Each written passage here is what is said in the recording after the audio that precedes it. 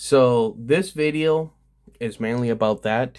I know there's a lot going on, the Mac, the Switch, the Game Boy camera, and the printer, but try to focus on this. This is another one of my bad financial decisions. I mean, it didn't break the bank, but you know, it certainly wasn't as cheap as I had hoped either. In case you don't know, this is an X68000. Well, it's trying to emulate it because this isn't an actual one. The actual ones I hear are temperamental as hell. And quite honestly, I'm not a fan of it enough to deal with temperamental electronics from the 80s. If it's something like an NES, sure, that's no problem. But when it comes to PCs and stuff like that, there's just, is it worth it is what I'm saying. Because there are emulators for it that can do the same job. And I know that I'm being kind of a hypocrite because in some cases I do buy the old stuff. I mean, even though this is going to be highly modified. But anyways, so this is, in my opinion, still a prototype because honestly, I don't know if the company ever went into full production. I know they made two of these, at least two. I don't know if they made more than that. This is one of them, and one issue, and you can tell that's a prototype. USBs non-functional. Audio inputs, non-functional. The only thing that actually works, and thank God it does, because this is like one of the coolest parts of the X68000, is the switch. This actually works. Also, let me move my switch. It has an actual working pop-up handle. This right here, awesome that they actually did that. So, why did I buy it? I kind of already hinted at it. I love the visual looks of the X68000, but dealing with all those old electronics, yeah. So this is designed to have an ITX motherboard in it and use a flex power supply.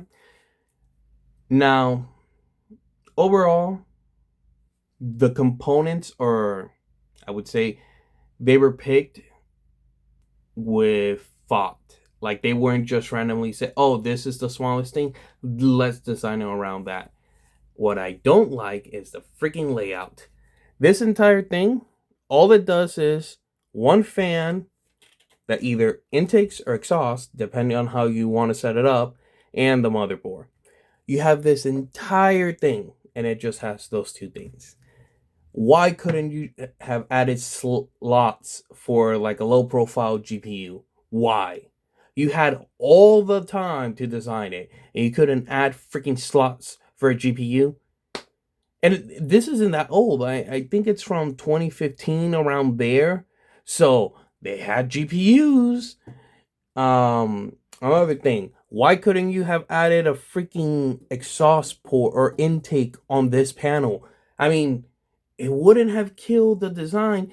Do it like Mac style, where they have like two panels overlaid on top of each other. That would have still looked cool. Why? Who knows why? They wanted to choke out the freaking motherboard when it comes to heat. The same thing goes for this side. Why would you put the power supply on top of everything over here, meaning that you will most likely have to add extensions to the stock cables instead of just putting the power supply down here so it has an easier route to the motherboard and any hard drive. Oh yeah, because this over here, it holds hard drives and the power supply and two fans. Whoop-de-doo, two fans. So yeah, hard drive up here, power supply down here, so it has an easier route to the motherboard. Why? Who knows? Why couldn't they have added more ventilation? Who knows? Thankfully, over here, they have these that actually do allow air to come out. So, other stuff. Clearly, I would have loved if these worked, you know. But that's what you get for buying a prototype, assuming. Because I doubt that they would go into full production with non-working USBs and audio inputs. So I would love to turn it on, but I'm missing some stuff that got delayed. I have the motherboard installed. I have the RAM. Thankfully, I bought it before RAM prices went through the roof. Because I gotta tell you, it's a sad day when you see a 32 gigabyte kit that used to cost $120 for DDR4 or 160 now being $350, and that's for the old stuff. That's not even DDR5. I mean, whew. Thankfully, I managed to score 16 gigs, which should be good enough for what I plan to do with this. This is just going to be an emulator, not just for X68000. It's going to be an emulator for other stuff too. I would have loved to use the Mac as the display because, I mean, that combo just goes hard. But not colored. So for the Mac, I kind of already have the parts going into it.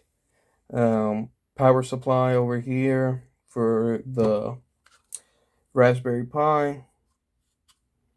As you can see, it has a chunky cooler. It's pretty much all ready to go. The only thing is, I just haven't had much time to think about the wiring and the programming and stuff. So, it's been on the back burner. And this thing arrived, and yeah, it's taken the central spot. I also have a Pippin that I am getting ready to do a video on. I'm still repairing my vectrex. And I have also recently bought a Hello Kitty Dreamcast, which I got ripped off on it because,